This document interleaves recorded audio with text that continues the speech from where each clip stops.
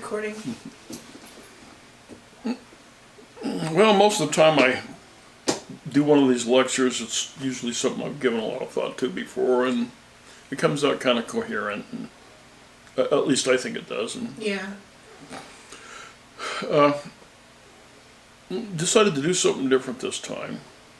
I'm going to try to do a lecture on something at which I have given lots of thought to in little pieces,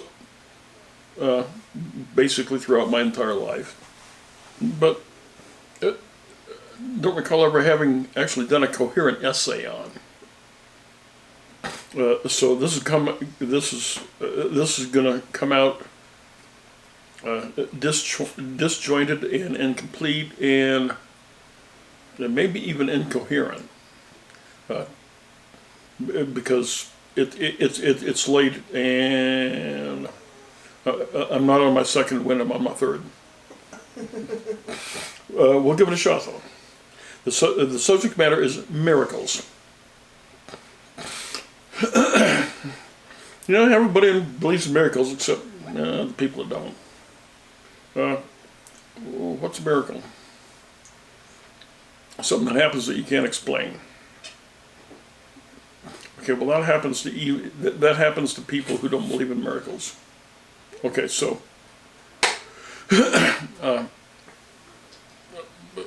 going to. So I'll just say that everybody's experienced miracles. They just may not have used that word.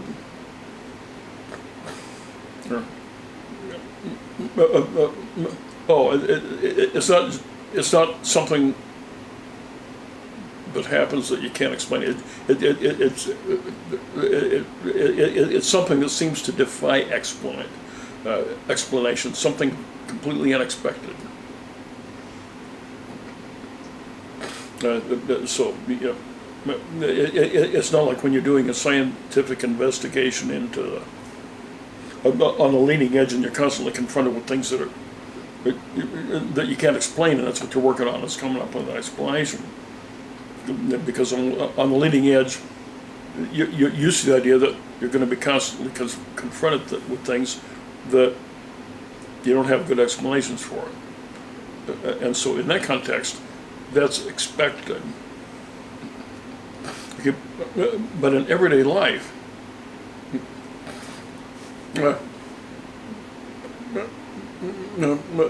things happen that are unexpected.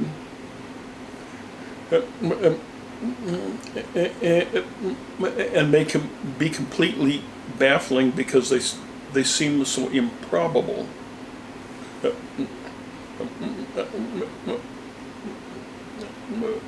Or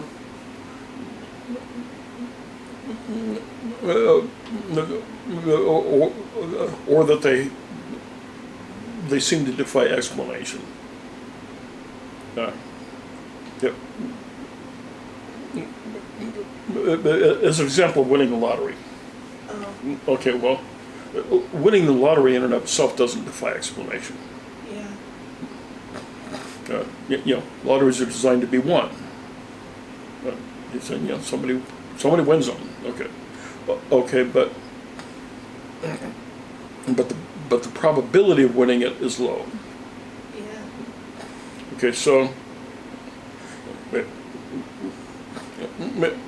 if you, like 50 million other people, have been praying, Lord, I want to win the lottery, because I really need that, or because, you know, if I win the lottery, man, I'll just be so generous with all that money. And then you win the lottery. Then it's a miracle. Yeah. Yeah. To you, it's a miracle. Yeah. Everybody else is reading the newspaper headlines saying, "Oh, somebody won the lottery." Yeah. What's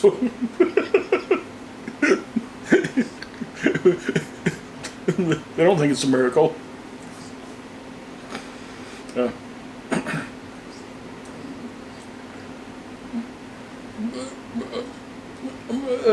So anyway, that's an example of a thing that gets reported as a miracle.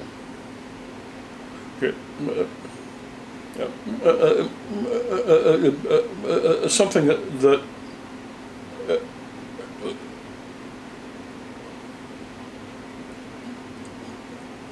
you know, what happened in and of itself was not so baffling. We all know how when people win the lottery, right? I mean, there's Yeah. no explanations needed. You lucked out. But to the person to whom it happens, it's highly improbable. And as human beings, it's built into our very nature that we seek explanations for things. We look for patterns. So, if I've been praying for the past 15 years, and who knows how many lotto tickets. Oh, Lord, I want to win the lottery. And then you finally win it. My prayers have finally been answered. And nobody was listening. You just lucked out.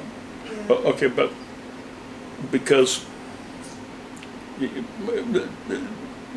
the person it happened, it was so improbable that they seek an explanation how it happened. And what is their explanation? Well, I've been praying for the last 15 years and God finally came through. Whereas if it had been the guy next door who'd been doing exactly that same thing for the last 15 years, and he won the lottery, you'd have said, oh, wow, that's neat, the guy next door won the lottery. Yeah. Yeah, but you're not saying, wow, what a miracle. Okay, so that's an example of what a miracle is. Okay, now, miracles come in lots of different flavors. Okay, that's just one kind. Where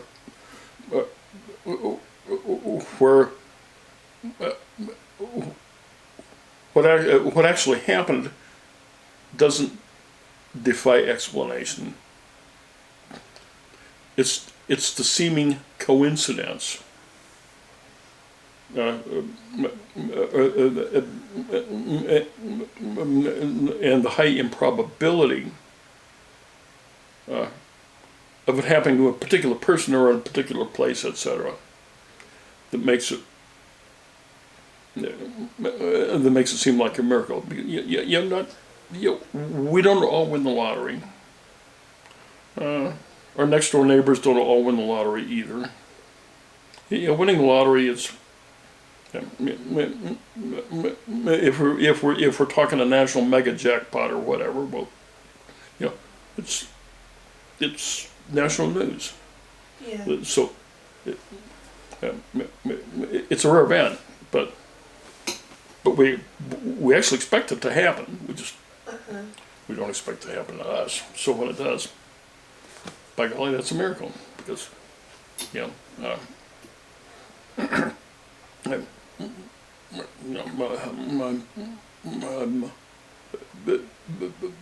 I've been praying for this for so long, or even if I'm not religious, well, my life was fine and dandy, and I used to spend $5 a week on a lotto ticket just for entertainment purposes only. But this last year, I racked up $10 million in hospital bills, and insurance paid 3 cents of it. And now I won the lottery, and I can pay it all off, and I can even hire some nasty people to harass the insurance company.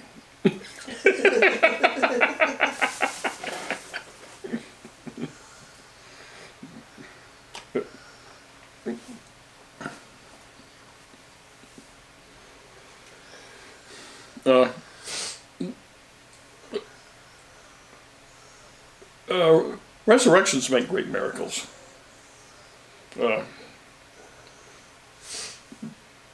How great? Well, it's it's kind of hard not to know that one, huh? Yeah.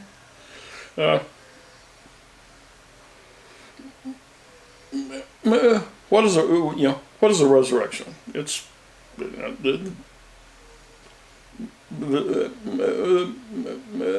there was somebody that seemed to be dead. Everybody wrote them off. They ain't moving even when you yell at them. They ain't moving even when you slap them.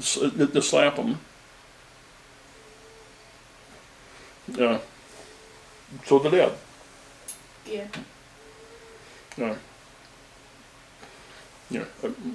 I personally know a fella, Jim McCullough, who was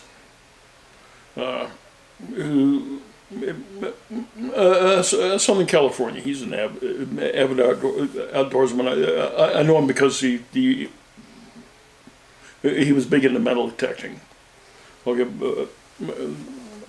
He was doing some technical mountaineering and had a little problem there, and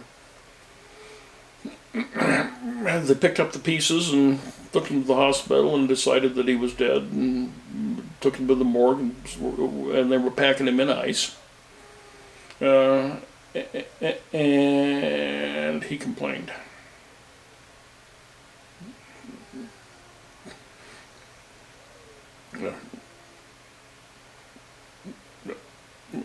Was it clinically dead? What's the clinic?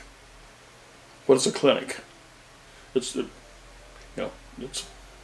it's a place where you supposedly got doctors that know what the hell they're doing. Yeah. And they decide whether people are living or dead. Well, it's not always that easy to determine. Okay, now, in the ancient world, they didn't have a category for unconscious. They didn't need one because there was no such thing as an intensive care unit. Yeah. So, they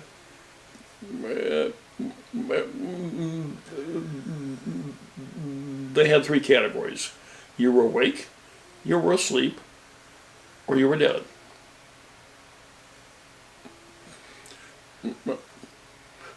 In the Bible, there's approximately 8 resurrections reported. Not one, about 8.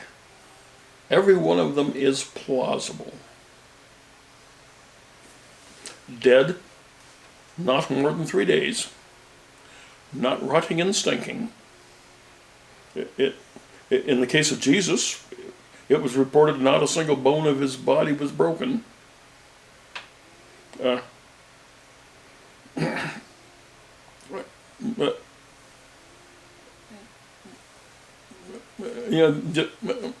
There's no resurrections of somebody that was dead more than 3 days. Yeah. No resurrection of somebody who was decapitated. Yeah. No resurrection of somebody who was rotting and stinking. Okay, so resurrections happened then, resurrections happen now, and they're all the same kind of resurrections. Yeah. Nobody came back from the deader than a brick dead.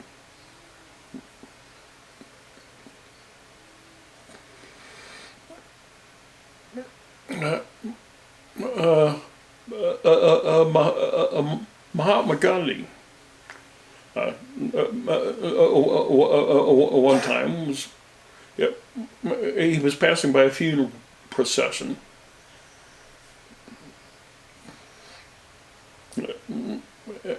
and he was paying attention. Okay, all the people who were mourning, of course, were not paying attention to the corpse. They were busy mourning. What's corpse? Something that's dead. Something that's dead. Yeah. Okay, well, it was a girl, I guess 10 or 12 years old, something like that. And God said, stop the procession. Okay, well, this is after Muhammad Ghali was already famous. People were confused. He said, the girl's not dead. And he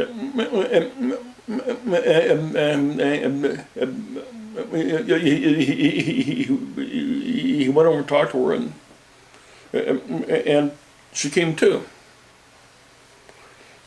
And guess what happened?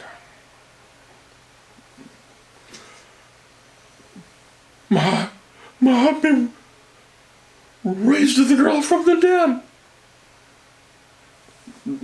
There's in the Gospels, there's a story about Jesus raising young men from the dead in exactly those same circumstances. Okay, now,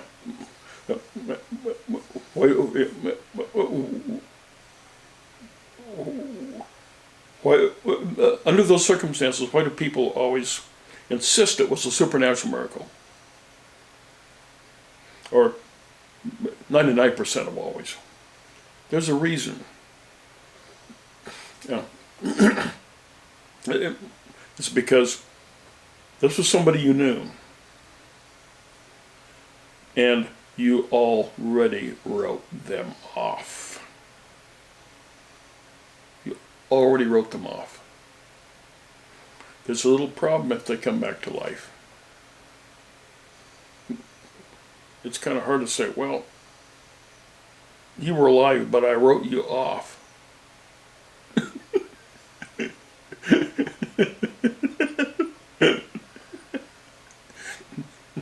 No, it's much more comfortable to say, yeah, it was a miracle. Yeah. We're talking human nature here. We like to pretend that we always think things through according to reason and act according to reason.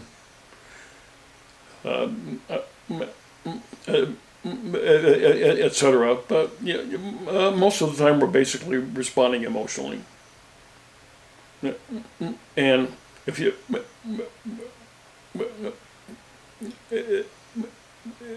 wrote somebody off who was dead, well, that's kind of what you're supposed to do if they're dead, right? But if you write them off and they're alive, well, that's almost like killing them, right? Yeah. Okay, so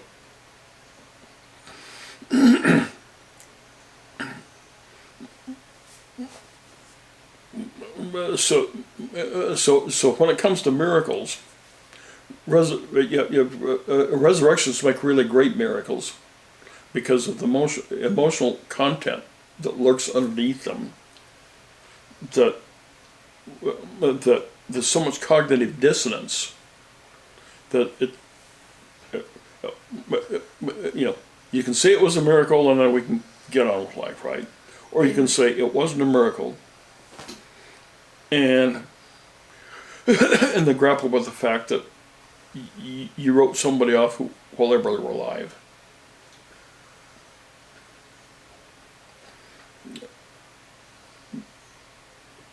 And if it was somebody you didn't like, well, maybe that would be easy. But yeah, but what we're talking about is the people. People who are mourning, friends, neighbors, family.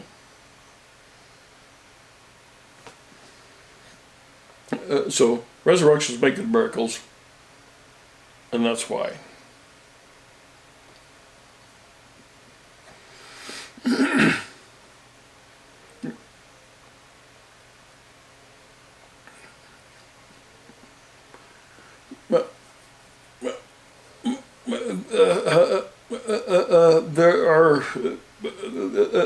there are miracles of the things that pertain to knowledge that you had in your subconscious that you didn't know you had.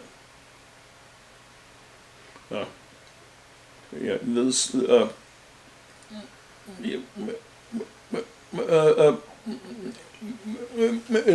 the process of living everyday life, you know, you're bombarded with this constant stream of information about what's going on around you,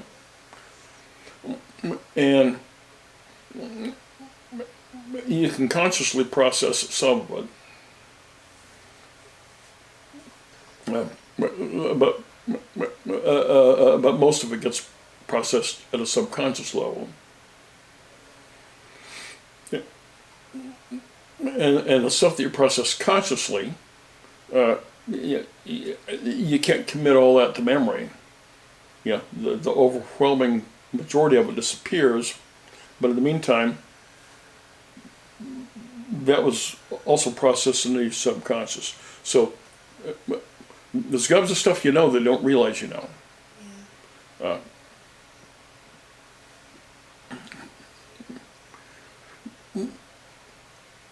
So there are often times in life where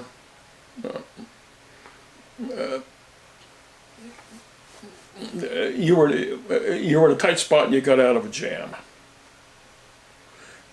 and you know, because you just instinctively knew what to do in a situation where you say, I should have known how to do that. It was a miracle, or a lucky guess, but I don't believe in luck, right? Yeah. Yeah, it was something you knew, but you didn't know you knew.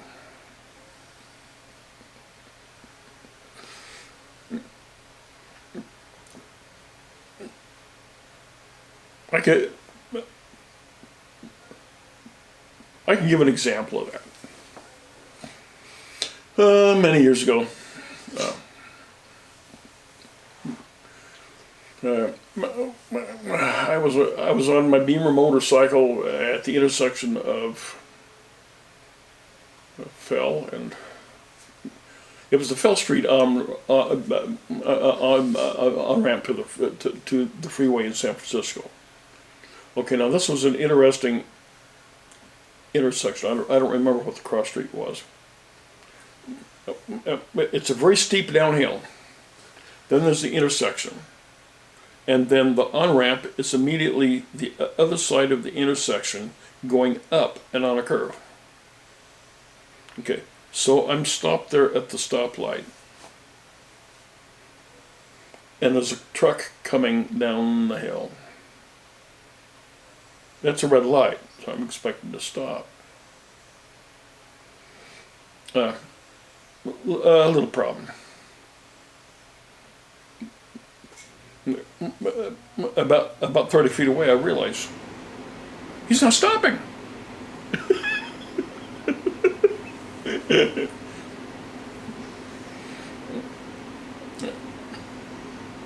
Yikes.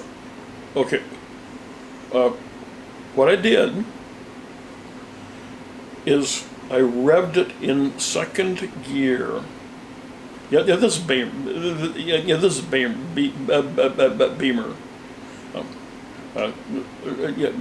Not exactly loaded with horsepower, and a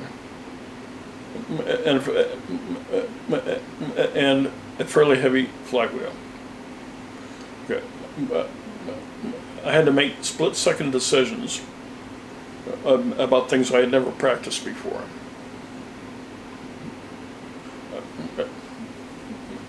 I decided that if I had to take off in first gear, then I was dead meat. Yeah. So I decided to rev it as fast as I could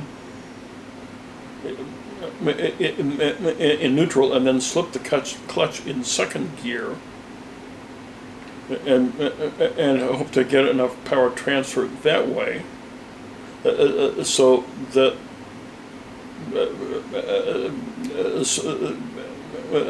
so that 100 feet down the road, I wouldn't be changing gears while the truck ran over me. Uh-huh.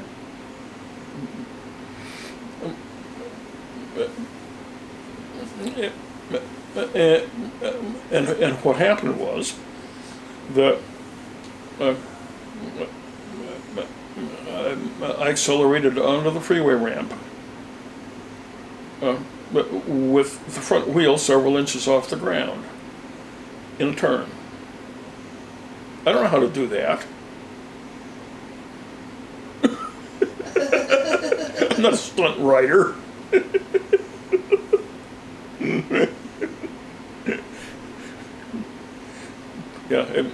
Many times I've looked back on that incident and said, you don't have to be a Catholic to know this maneuver.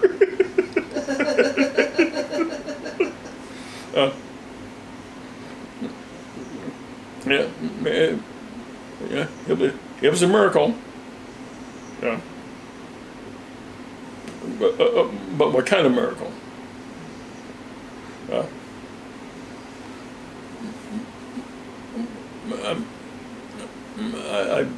I have a clear understanding how the subconscious works these days than I did back in my 20s.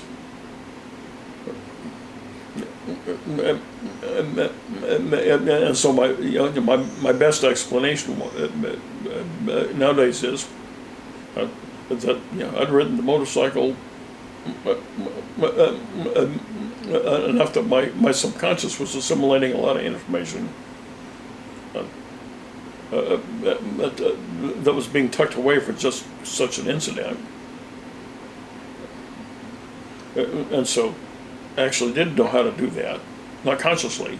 If somebody had said, "I'll pay you $1,000 if you can." If you can take that Beamer and without using first gear, slip the clutch in second gear and accelerate with the front wheel off the ground a few inches while you are going into a turn. Not a chance. It had to be under subconscious control because that's where the information was. Uh-huh.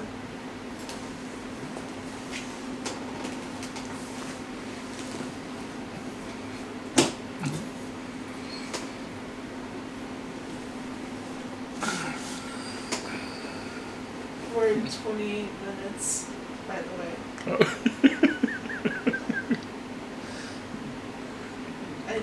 I should probably start a new video. It runs out at 29 minutes and 59 seconds. Okay, cut.